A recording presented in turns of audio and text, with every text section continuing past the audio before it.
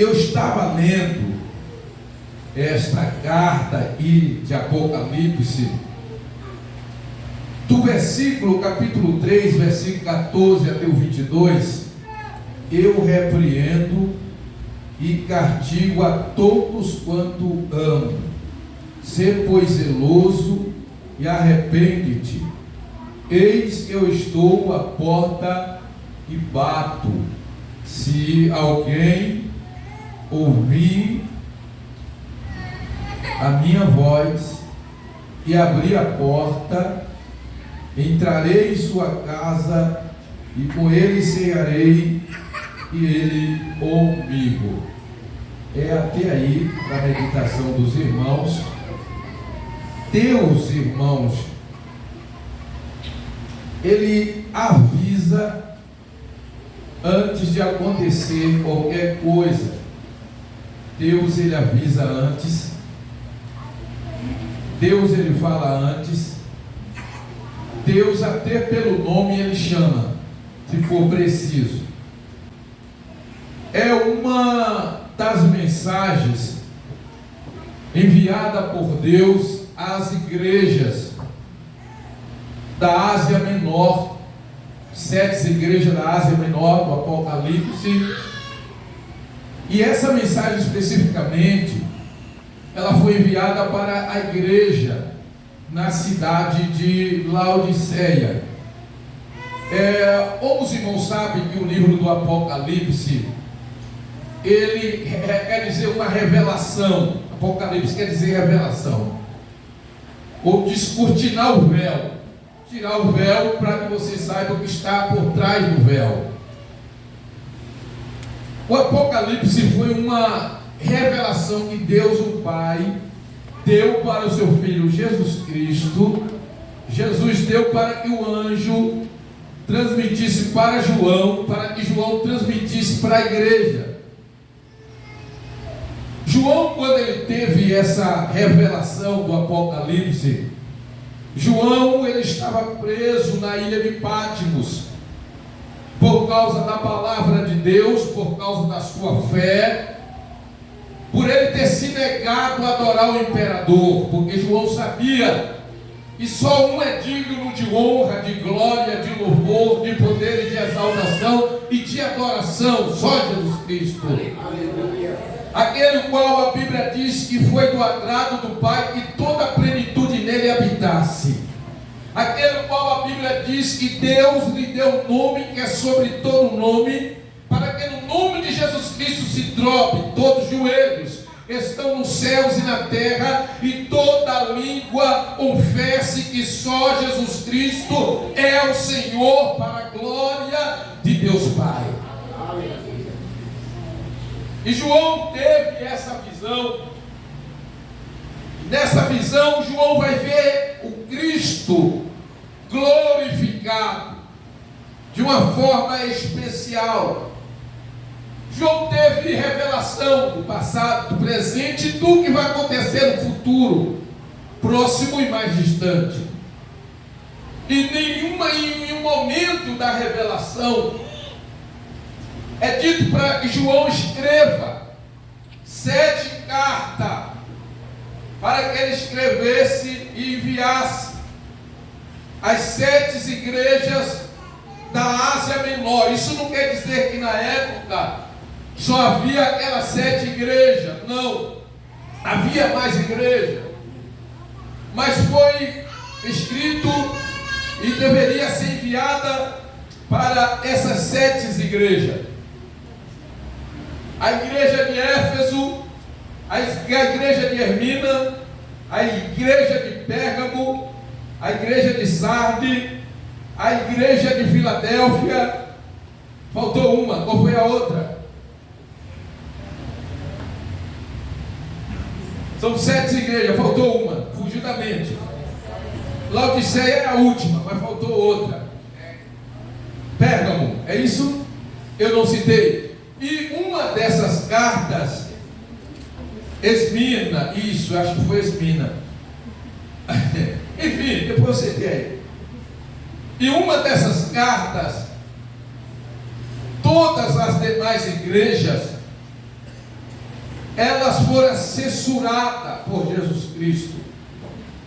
Aliás, 5 dessas igrejas você não vai ver censura, mas 2 dessas igrejas você vai ver Jesus reprovando as suas obras, censurando essas igrejas por causa dos seus procedimentos. E uma dessa igreja é a igreja de Laodiceia. A igreja de Laodiceia. Como eu disse para os irmãos, eu quero me deter aqui para a gente tirar o máximo de ensinamento que nós possamos, assim, do que Deus tem preparado para nós aqui essa noite.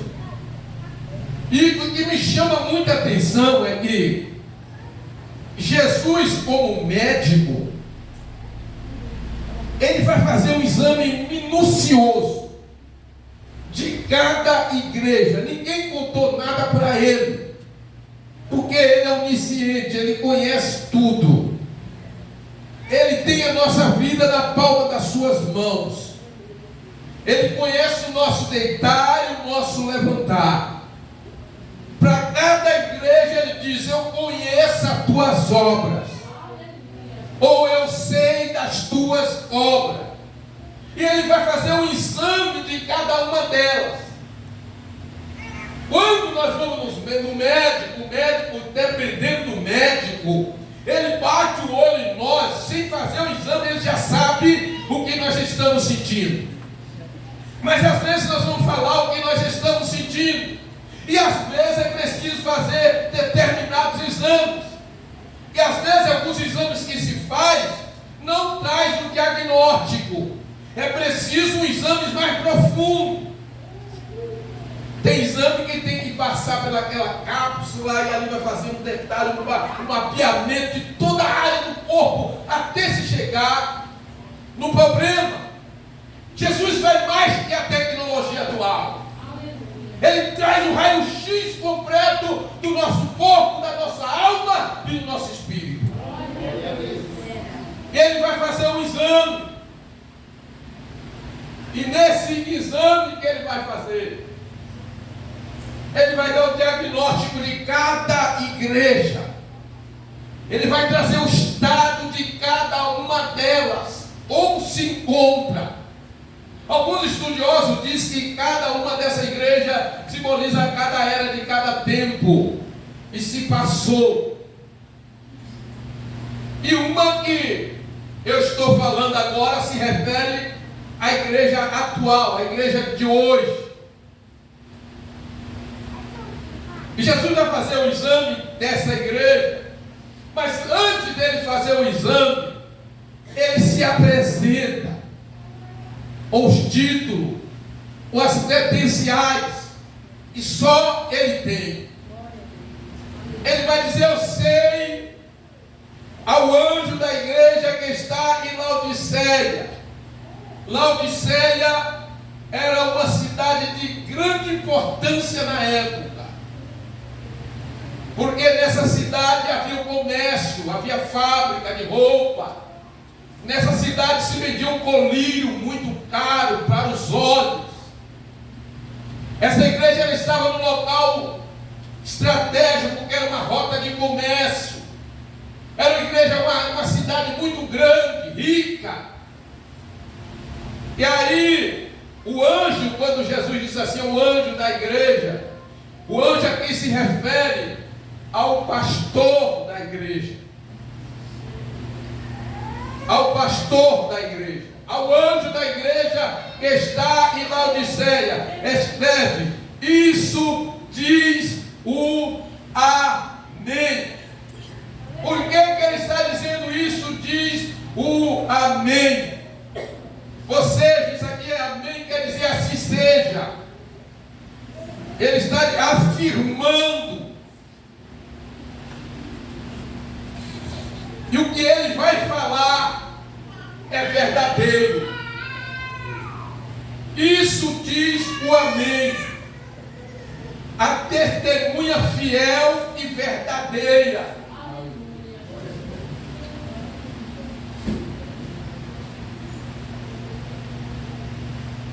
a testemunha fiel e verdadeira.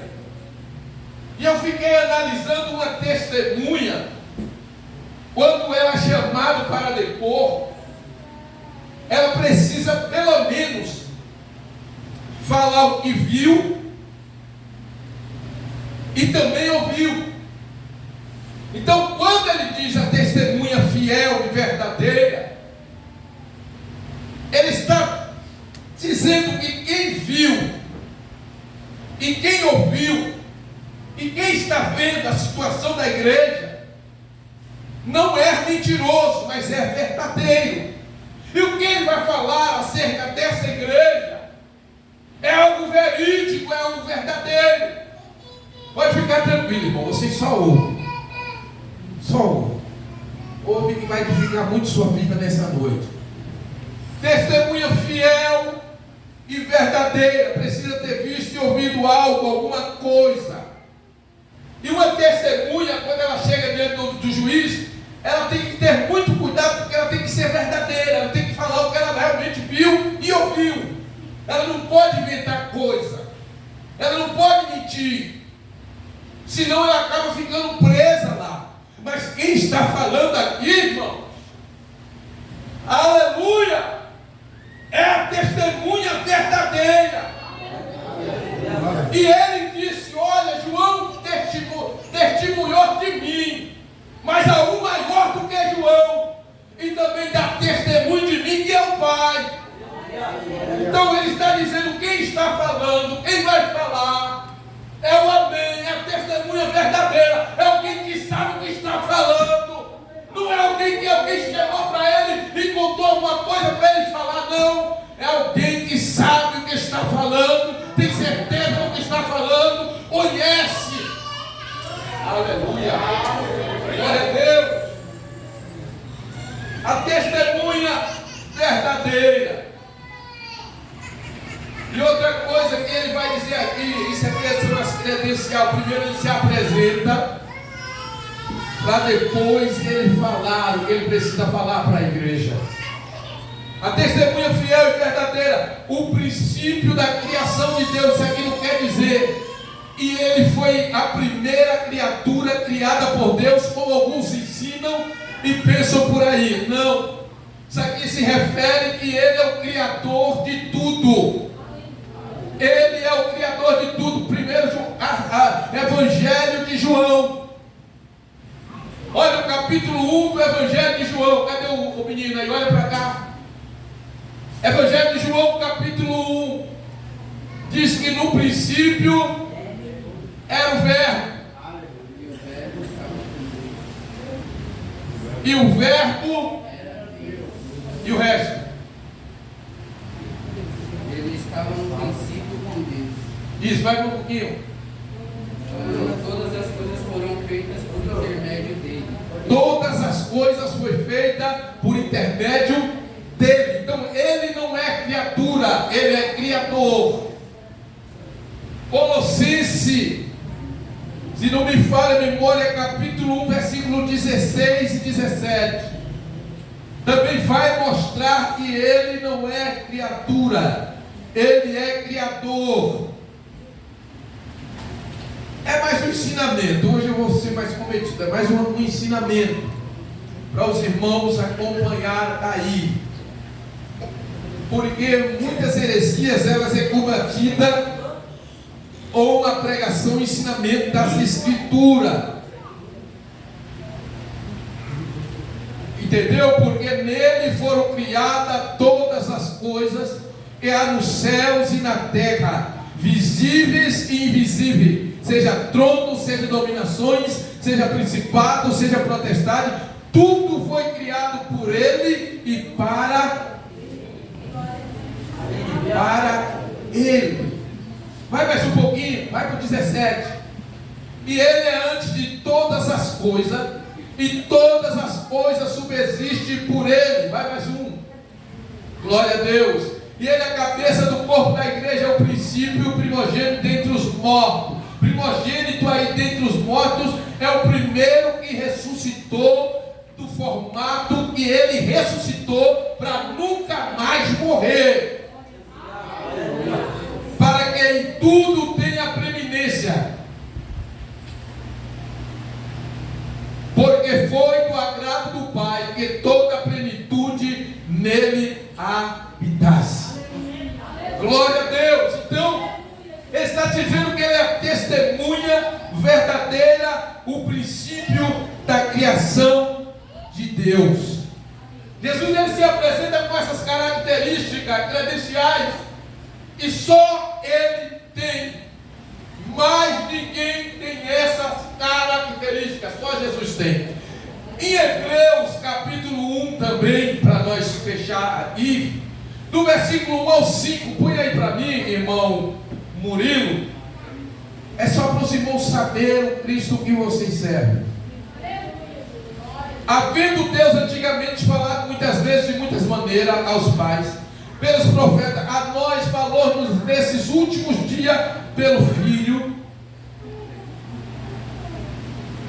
a quem constituiu o herdeiro de tudo, por quem fez o quê?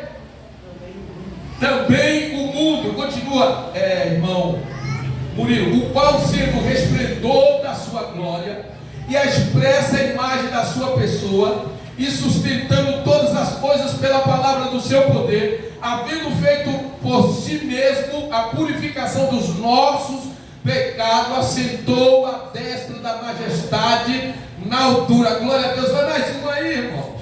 É palavra de Deus essa noite. Foi feito tanto mais excelente do que os anjos, quanto herdou mais excelente nome do que eles. Sim, para encerrar. Porque a qual dos anjos disse jamais: Tu és meu filho, hoje te gerei. E outra vez, eu lhe serei por pai, e ele me será por filho. Mais um pouquinho.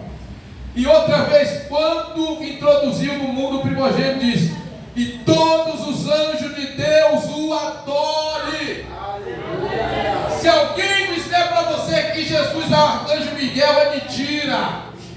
Todos os anjos de Deus devem adorar ele, prestar continência nele, porque ele é o Criador dos anjos.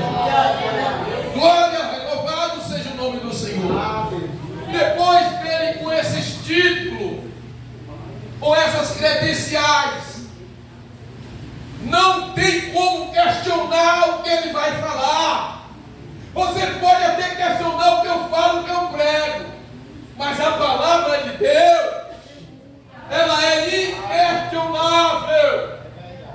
Por isso que eu falo, pregue a Bíblia. Eu posso ter argumento, mas se você tiver Bíblia, irmão, se você pregar a Bíblia, não tem argumento e possa impossibilitar a palavra de Deus. E ele vai dizer: eu sei, 9 horas não, eu sei as tuas obras. Jesus deixa bem claro que ele sabe a obra daquela igreja. E ele vai dizer assim: ó, eu sei as tuas obras, e nem és frio e nem quente. Tomara que fora frio ou quente, assim porque és morno e não és frio, nem quente, vomitar-te-ei da minha boca. Olha, irmãos, o que Jesus fala para essa igreja. A igreja de Laodiceia era uma igreja rica, abastarda, uma igreja que tinha dinheiro, uma igreja que se achava autossuficiente. Mas Jesus disse para ela: tu não és quente e nem és frio. Ou seja, era uma igreja que cocheava entre dois pensamentos. Ela não era morna, ela não era fria e ela não era quente, mas ela era morna. Ela tinha um pouco frio e tinha um pouco de quente. Era coração dividido. Aleluia. Jesus disse que nós não podemos servir a dois senhores. Ou nós servimos a Deus ou ao diabo. Não tem meio termo. Essa igreja estava cocheando em dois pensamentos. Ela não era fria e não era quente. Ela era morna. Tinha um pouquinho de cada um. Irmão, o crente não pode ficar em cima do muro. Ele precisa decidir o que ele quer. Irmão,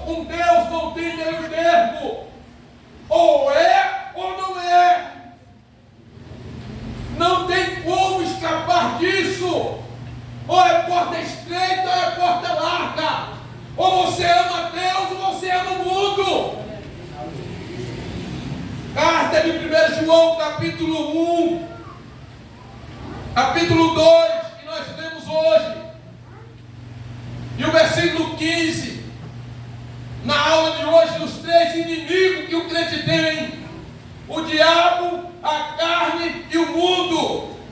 E a Bíblia diz assim: não ameis o mundo. Por que Jesus uma certa vez disse para o povo: esse povo me honra com os lábios, mas de coração está longe de mim? Por que ele disse isso? Por que Elias chegou naquele tempo e disse para aquele povo: se o Senhor é Deus, segue; se é Baal, segue? Estavam cocheando entre dois pensamentos. Essa igreja era uma igreja que se achava autossuficiente. Irmãos, a igreja de hoje, ela é um reflexo, é uma réplica da igreja de Laodiceia. Não é? É uma parte, não vou generalizar, uma parte da igreja hoje. A igreja tem dinheiro, a igreja tem templos suntuosos, a igreja tem muitas propriedades, a igreja tem muita coisa, mas uma parte não tem Deus. Tem prata e tem ouro, mas não pode dizer: levanta e anda. Essa mensagem dessa noite, ela vem para nos confrontar, porque quando se refere à igreja, nós somos igreja. O nosso estado espiritual, de mortidão espiritual, de frieza espiritual. Porque quando nós chegamos a esse ponto, irmão, uma mensagem dessa não sai de glória, mas é para reflexão. O glória é para Deus, aleluia, mas fique tranquilo. Olha, quando nós chegamos ao ponto de nós nos acharmos que já está tudo pronto, que já estamos preparados, mas ao mesmo tempo distanciados de Deus, nós nos tornamos esses crentes mortos. Quando a aptidão espiritual se acaba, quando o desejo pelas coisas de Deus vai embora, quando o amor se esfria. Uma das marcas dos últimos dias é a frieza espiritual. Jesus disse que nos últimos dias, por aumentar a iniquidade, o amor de muitos se esfriarão. O pastor Antônio Gilberto, ele diz assim: quando e em que estado de coisa, em que situação a igreja carece de um real avivamento do Espírito Santo? Quando nela prevalece as seguintes características negativas.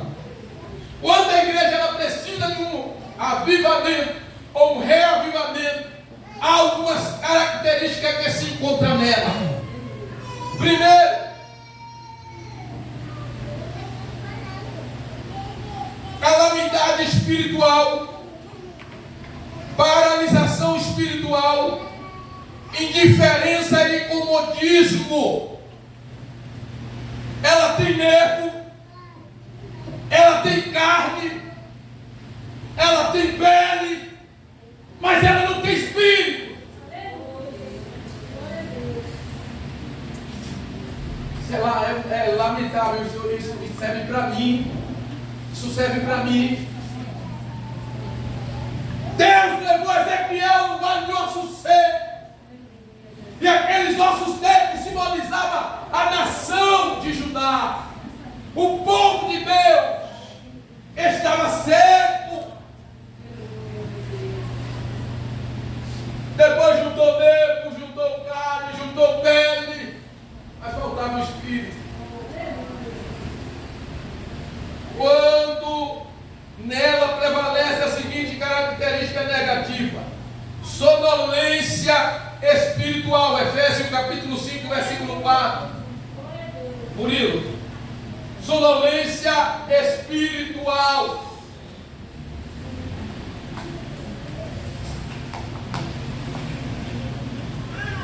Sonolência espiritual.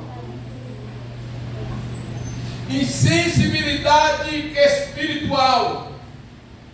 mas também sensibilidade moral e social. Põe aí Provérbio 23, 35. Insensível. E dirás: espancaram-me e não me doeu, bateram-me e nem senti. Quando despertarei, aí então beberei outra vez. Olha lá, espanca, não dói, bate, não sente nada. É quando nós estamos nesse estado de insensibilidade espiritual, para nós tudo está normal. A gente não sente a nossa miséria, o nosso pecado. Nós não sentimos necessidade de arrependimento, de mudança de vida. Quando isso acontece, nós nos tornamos insensíveis. Quando tudo é normal, quando para nós tudo está bem, na verdade, nós estamos mortos espiritualmente, precisando da vida do Espírito. Mas nesta noite, irmãos, Deus nessa noite nos trouxe aqui essa noite para nos levar a essa realidade. Quando, em que estado de coisa, em que situação a igreja carece de um real avivamento do Espírito Santo? Quando nela prevalece a seguinte característica negativa: secularismo ou mundanismo. É o crente conformar-se com o mundo e assemelhar a forma do mundo. Romanos capítulo 12, versículo 2.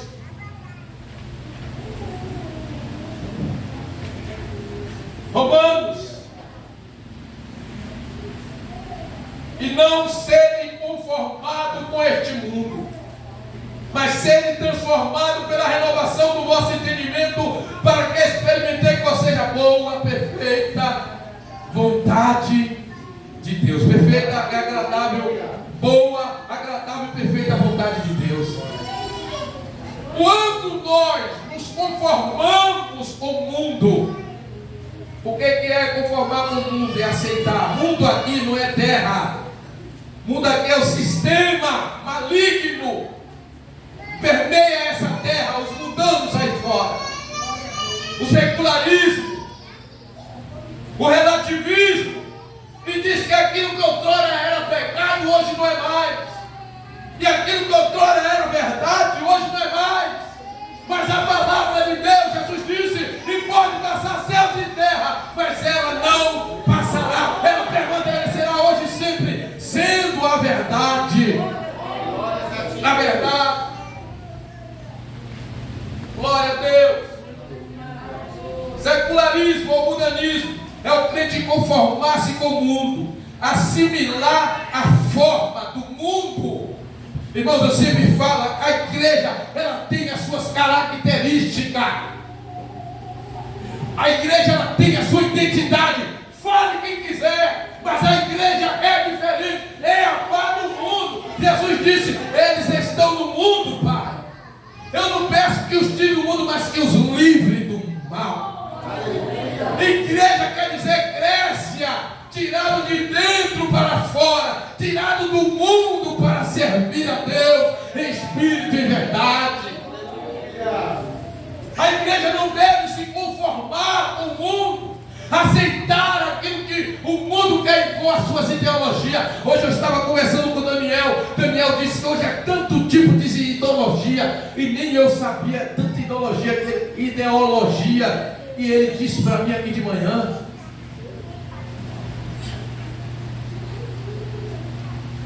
só Deus para ter misericórdia. Então a igreja, quando ela necessita, quando ela abraça isso aqui, ó, e não os conformeis com este mundo, é a contextualização da igreja ou mundo, o que está muito em vigor hoje. Outra característica: postura do crente apenas defensiva quanto ao mal e ao pecado. O que é uma postura defensiva? Ele está aqui, só tudo acontece, ele não está nem aí. Não se manifesta, não revela quem ele é, postura defensiva.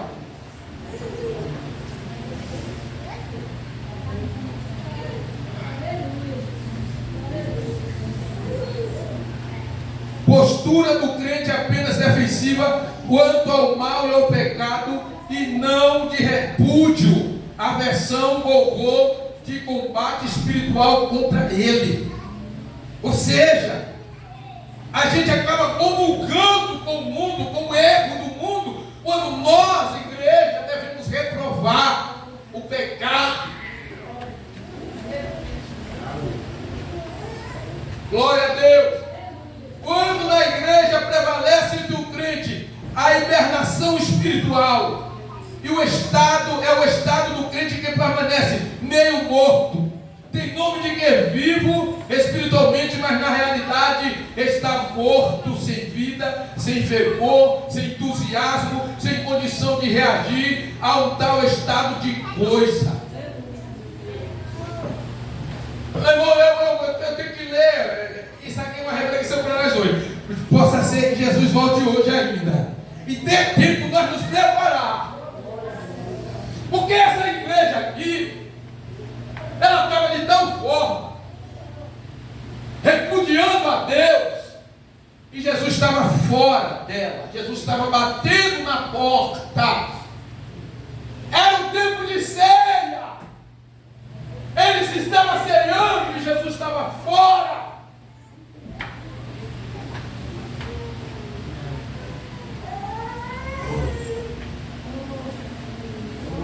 Tem nome de que está vivo espiritualmente, mas na realidade está morto, sem vida, sem fervor, sem entusiasmo, sem condição de reagir a um tal estado de coisa. Uma igreja nesse estado pode ter uma boa estrutura eclesiástica, muita organização, muito movimento, vai e vem, muita boa aparência, mas tal igreja não tem vida espiritual, vibrante, transbordante, dinâmica pela ausência do Espírito. Também, quando entre os crentes prevalece o desinteresse pelos cultos e passa a interessar-se mais pelas coisas, passatempos seculares, profanos, tentando eles mesmos, com isso, preencher o seu vazio espiritual. Nesse estado, a perda de cultos pelos crentes não lhe traz falta. Vem por fim o abandono da casa de Deus.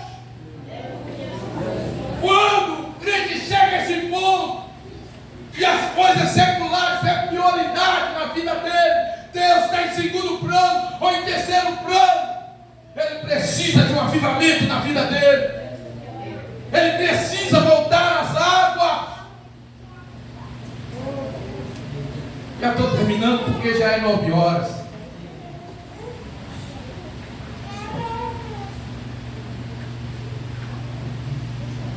Mas Jesus é tão maravilhoso que Ele vai dizer para essa igreja.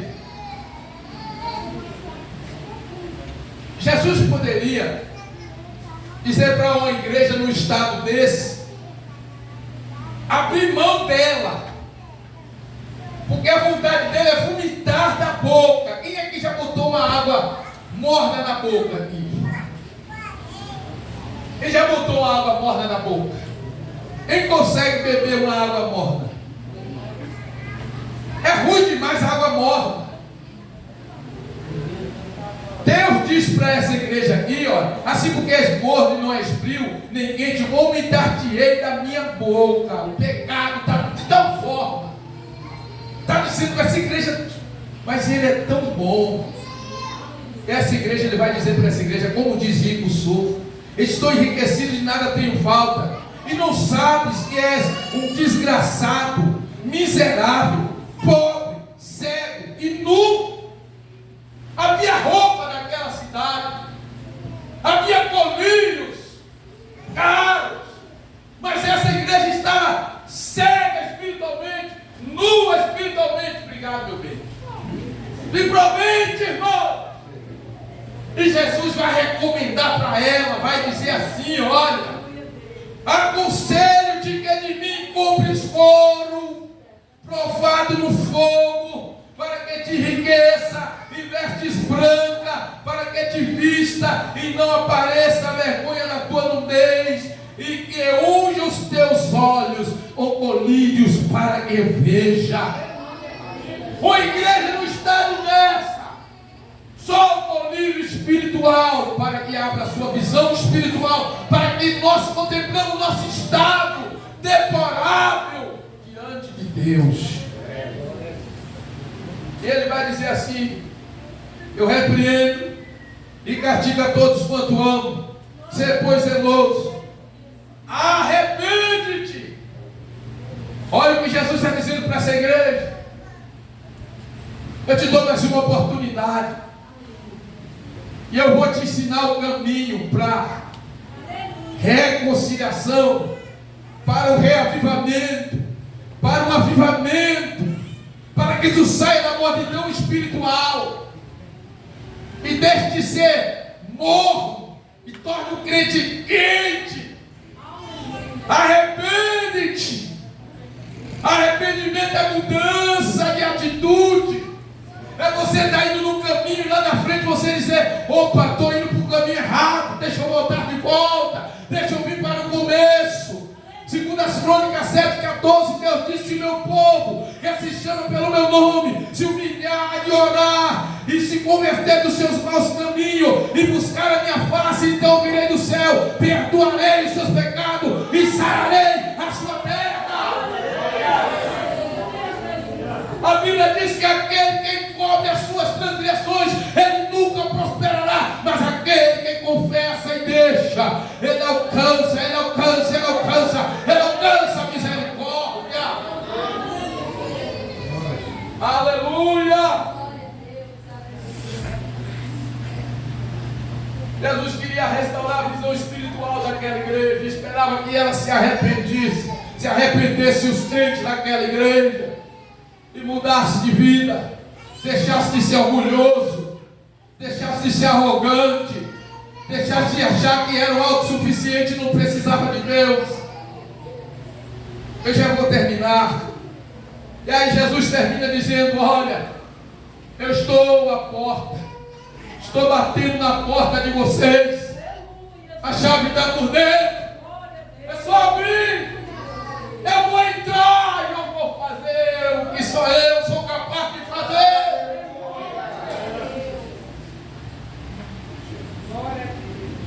O avivamento espiritual de que precisamos, como no princípio, tem como característica as seguintes expressões: nutrição total pelo Espírito Santo.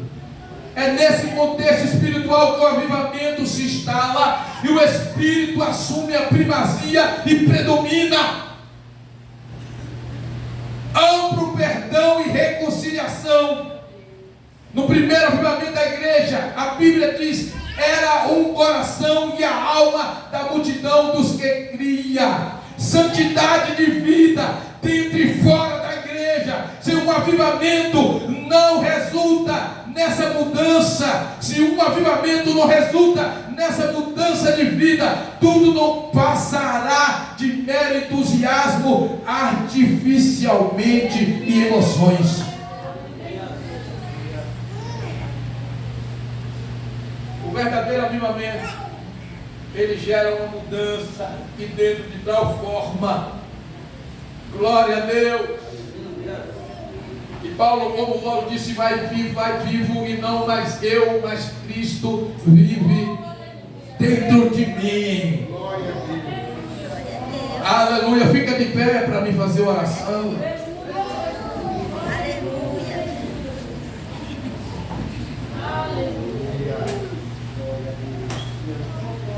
Essa foi a palavra que Deus colocou no meu coração para transmitir para a igreja hoje. Põe a mão no seu coração nessa noite, em nome de Jesus. Bendito Deus e grandioso Pai. Se você vê e você precisa sair do estado de mornidão espiritual, porque o morto está com o corpo gelado,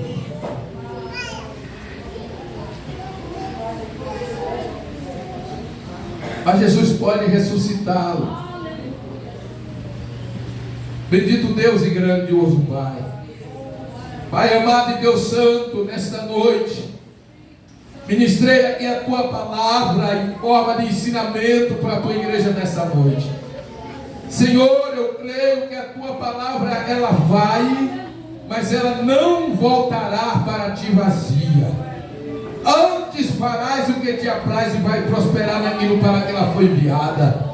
Senhor, que a tua palavra como semente ela possa prosperar em o nosso coração e nos levar à realidade, Senhor, de entendermos o quanto nós precisamos de mudança, o quanto nós precisamos de Ti, Senhor, do Teu Espírito Santo nos orientando, nos instruindo. Senhor, traz um avivamento nesses últimos dias para nós, a Tua igreja.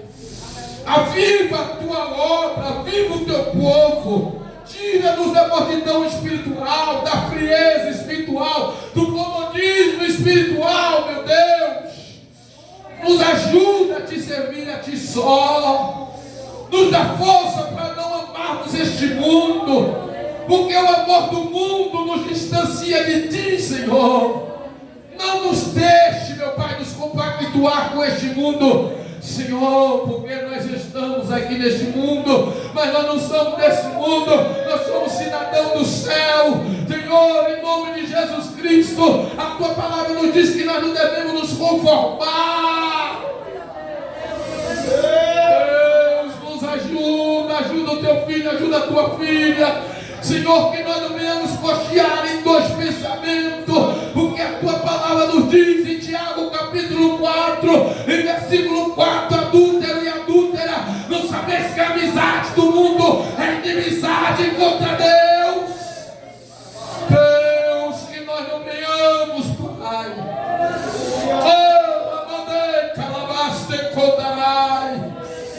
Ajuda-nos, Senhor, a Te servir melhor, a entendermos, Senhor, que nós somos separados, nós somos sal da terra, nós somos luz do mundo. O Senhor nos chamou para resplandecer como astro no meio do mundo, como lastro. Aleluia! Oh, Deus da glória! Aviva, Senhor, a Tua obra. Aviva, Senhor, aviva nessa noite, Pai. Aviva o Teu filho, a Tua filha, em nome de Jesus.